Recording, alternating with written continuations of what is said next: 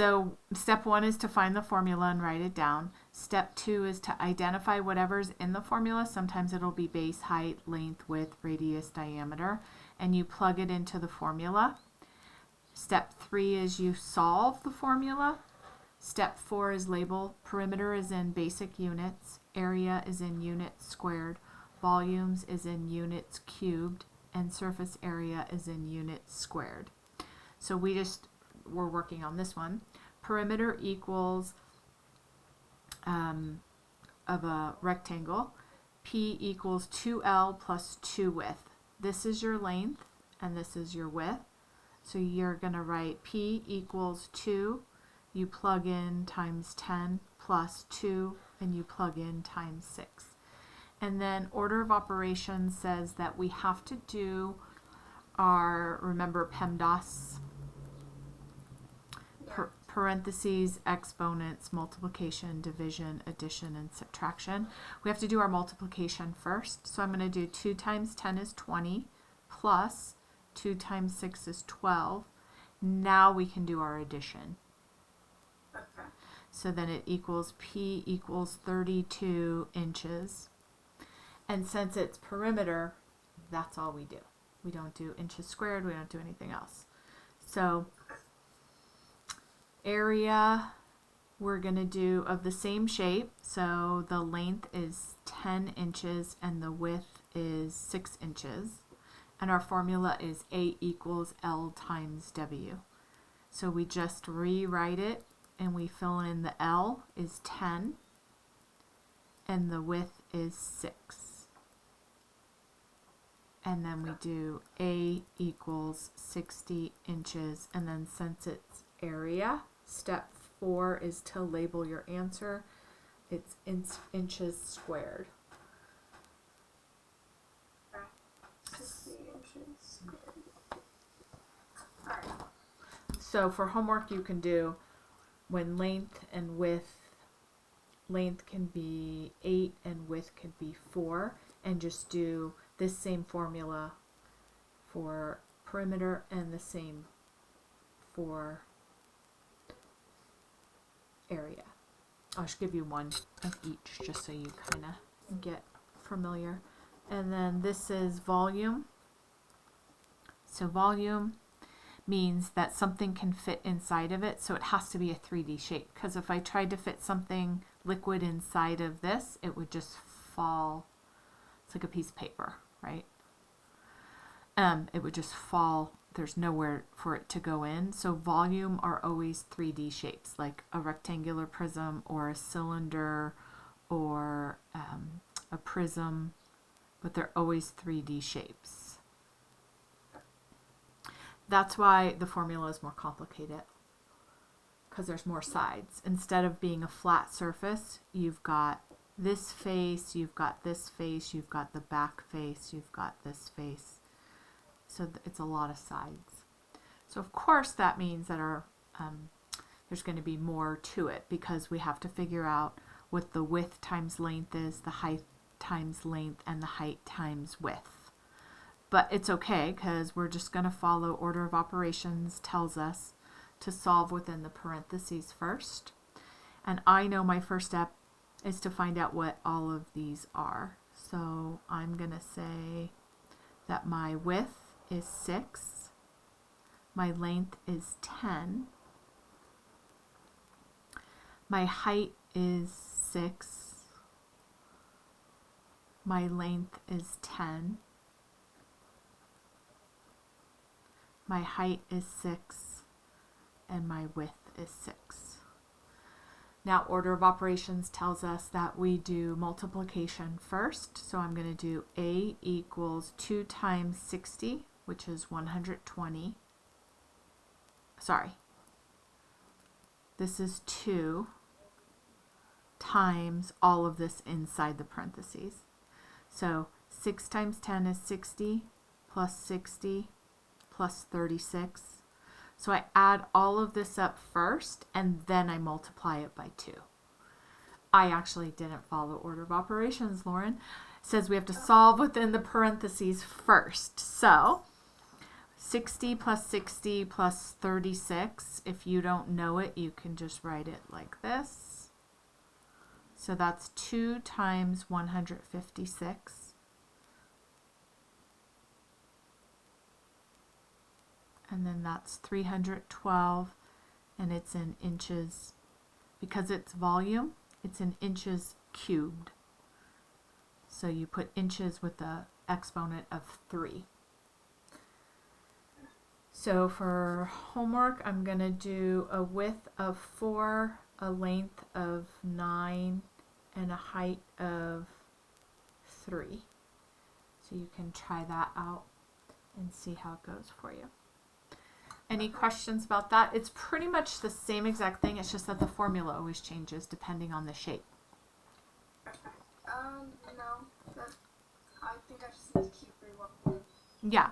And this is it right here. You find the formula, you write it down, you identify what the base. So your base is always the side.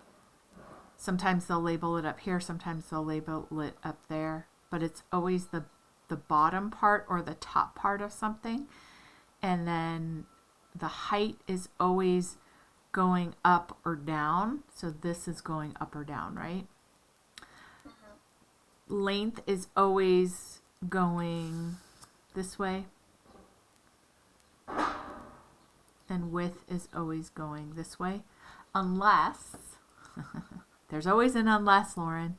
Unless they do this and they put it up on its side. So then this is still length and this is width, but this is the smaller part. So normally I always try to find length, but it's always the biggest part, but not if they put it going up and down. Does that make sense? Yeah. Then you have a smaller length. Okay.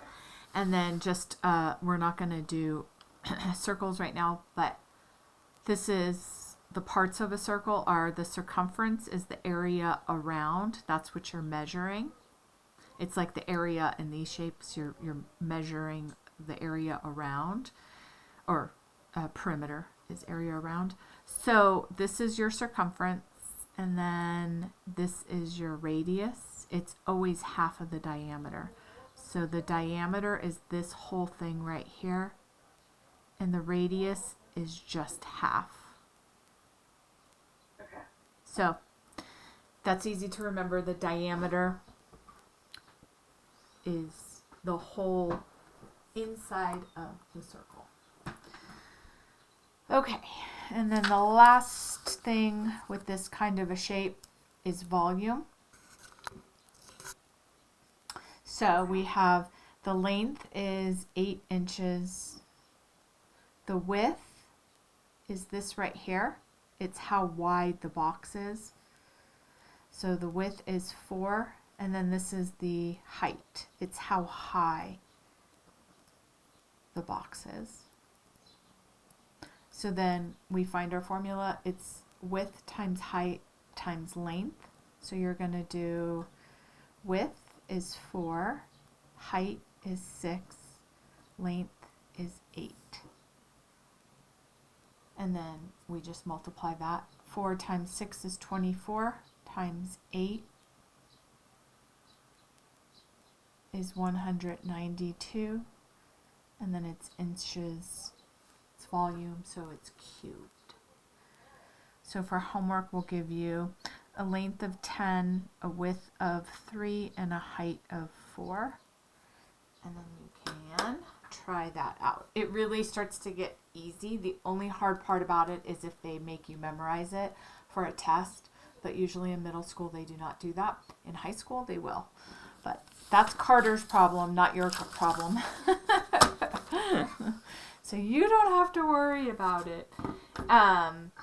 Okay, one of the things that I think was tricky for you was the adding and subtracting integers. Do you remember that? When stuff is positive and negative? Yeah, I do remember that actually. I think, yeah. Okay, so let me go over it with you. And I'm going to help you understand what it means so that you can always fall back on what it means if you forget the rules. But if you do it my way, you'll start to get it and get it right all the time. So the first thing is what it means. So you're going to open a bank account and you're going to put $17 in there. And that $17 is going to go into your account. So I'm just going to make a sheet here for your account. And you have a deposit, which is adding $17, right? Then you go and you buy a boba tea. I don't know how much they are, but you make a with, you know, those teas that everybody likes. No, I was saying that because we were just talking about that, me and my mom. Ah, see, I know what teenagers like. So you go and you withdraw $6 to buy your tea. Now your balance goes down because you had $17 and you took out $6. So now you have $11 left. And then you do a job for mom and she gives you $10. So you deposit $10. That's a positive thing, right? These are all positives. Now you have $21 and then you go and you buy a shirt and it costs $20. So you make a withdrawal of $20 and you're left with $1. Now, if you go under that, suppose you go and you buy earrings and they're $10. Now you're in the hole. You owe your bank $9. So we call that negative $9. So that's what all of this means when you're doing adding and subtracting of positive and negative integers. But it's hard if you don't think about it that way. So here's how I teach it, and I think it's super helpful. It takes a while to get used to, but then you'll know it forever. So if you have negative 17 plus 5, that means your bank account is down $17, but then you put $5 in. So how much money would you have? If you're $5 or yeah, so you owe them $17 and you put $5 in. Okay. Well then, you have $5, but you owe them 17.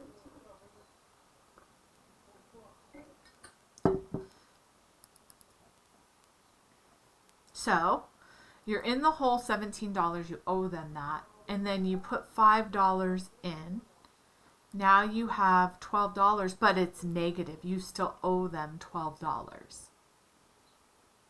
So then you get an allowance again, and you do something for dad, and he gives you $10. So you're in the hole $12, and now you just gave $10 to the bank. So now you only owe them $2. The next time you make a deposit, say you make juices for Carter and you charge him $4 for his juice, you're going to add $4 to your bank. That means now you have $2 in the bank. You can also see it as being in a hole. So you're in a hole. If you're at a negative number, you're down 17 feet. And you climb up 5. Now you're down 12 feet. And then you go up 10, and now you're down 2 feet. And then you go up 4, and now you're 2 feet above ground. Either way, it's the same exact thing.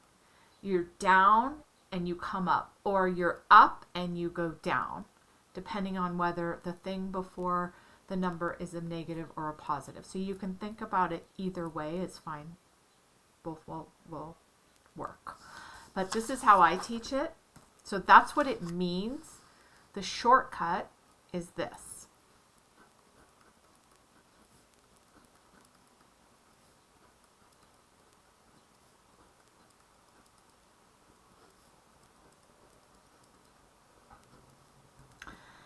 Okay, so we have two numbers here. We have 17 and we have 5.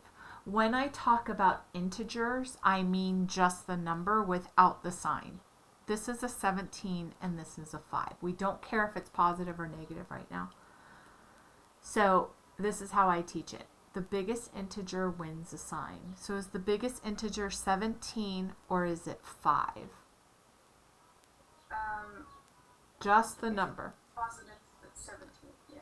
So it's just 17, yeah. So the biggest integer wins the sign, and I'm going to circle this. What is this sign that is attached to negative?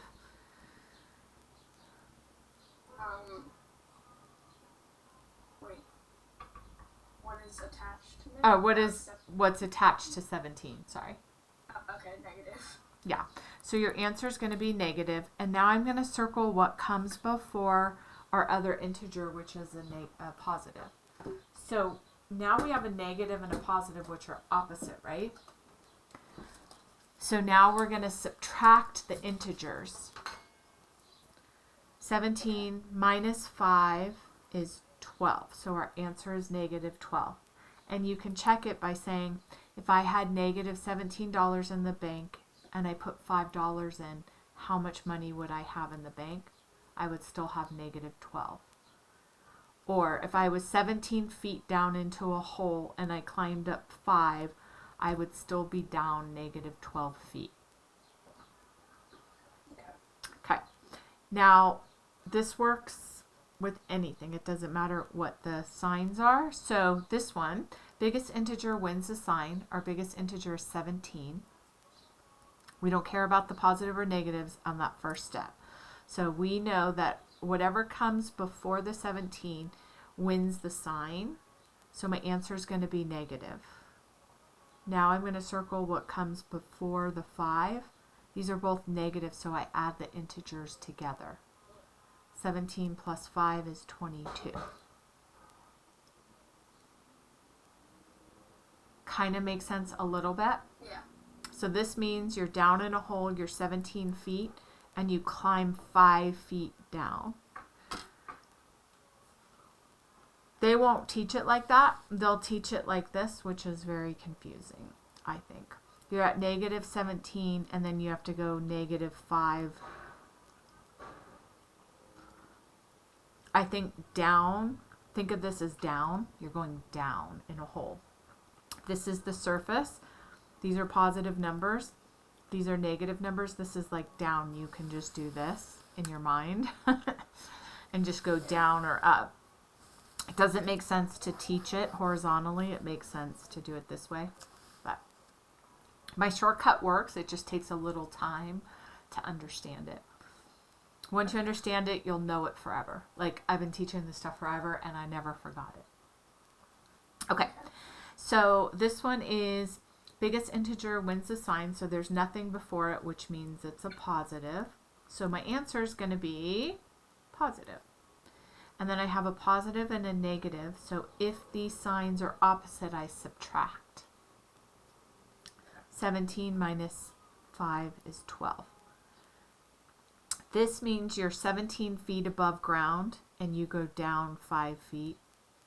You're still above ground, but you're only 12 feet above ground. You're parasailing. You were at 17 feet and you went down 5 feet. You're still in the air. It's good timing for your parasailing trip. We went a little bit higher than that. Okay, that's good.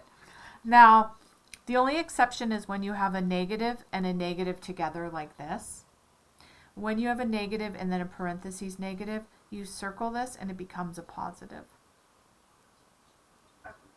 They've always got to make exceptions. Now, if I were you, I would rewrite the problem as 17 plus 5 and negative 17 plus 5. Now you use my technique. Biggest integer wins the sign. My biggest integer is 17. And I have a positive and a positive, so it's positive 22. Biggest integer wins the sign. My answer is negative. I have a negative and a positive, so I subtract, but my answer is negative. Kind of makes sense? Yeah. Okay. So I'm going to give you a couple to do. Am I seeing Carter today or just you? wants to go today. Okay. So 12. Yeah. We have a few more minutes. Okay. Do you have any questions about this? It just takes a little time. No. I think I practiced it earlier on too. Something related to this. Another video. All right. But yeah. I'm good, I think. Just keep watching the video.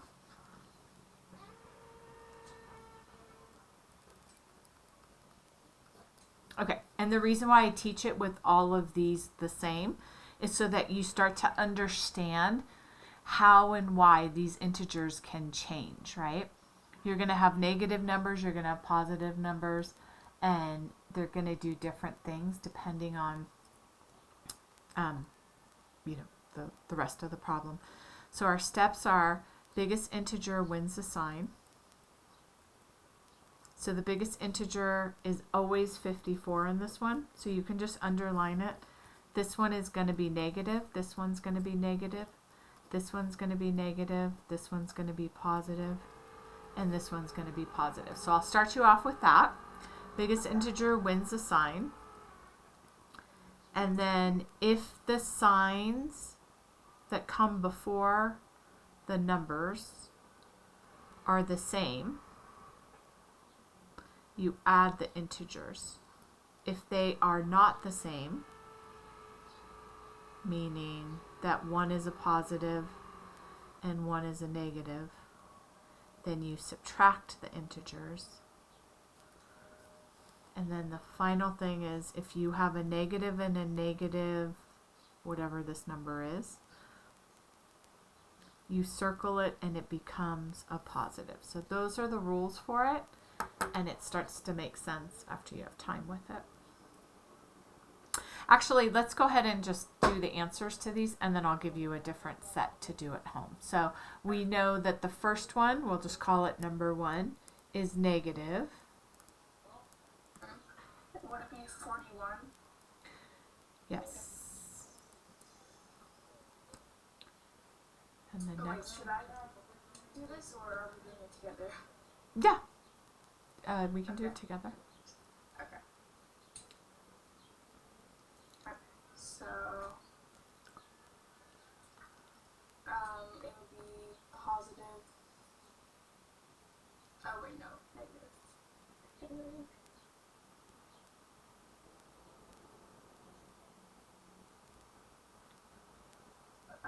The answer would be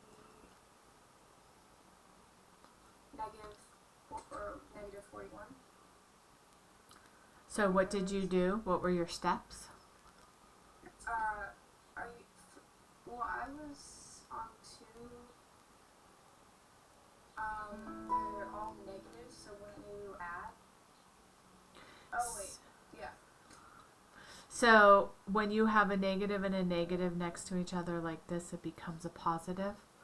Okay. So now it's negative 54 plus 13. We know our answer is negative.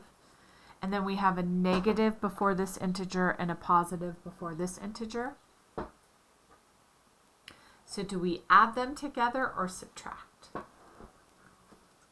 I think you add them together. So if they're the same, if they're a positive and a positive or a negative and a negative, you subtract. You add. If they're opposite, then you subtract. Okay. So since they were the same, since they were the same, They're not the same. So the problem is no longer this, it's now this. Because remember, a negative next to a negative, so... Okay. So then it would be negative 41. Yes. Alright. Next one. Next one, both negative, so you would do adding, but then 54 plus 13, and then that would equal 66. So get it out of your head and onto paper. Always, always, always. Your teacher will want to see what you're doing anyway. Oh wait, I messed up. Yeah, 4, 67. Yes. Good. All right, next one. 4 and 4, right? Yeah. You can go ahead and do 4 and 5. I'm going to go potty. I'll be right back. Okay.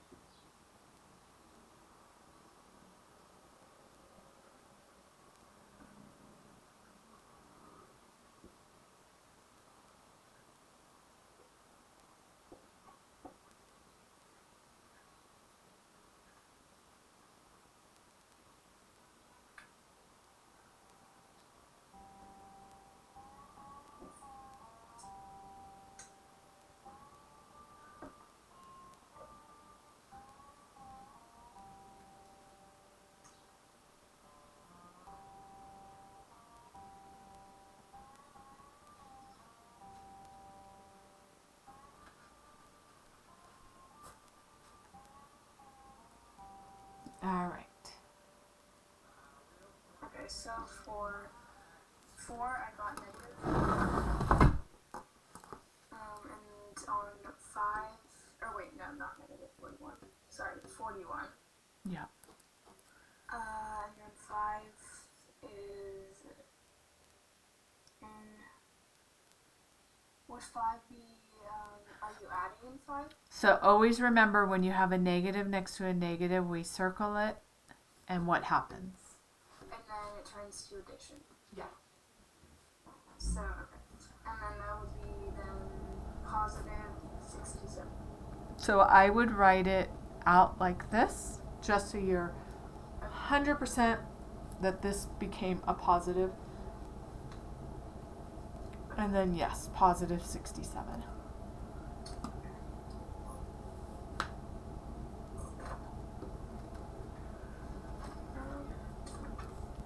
You did this last year, right?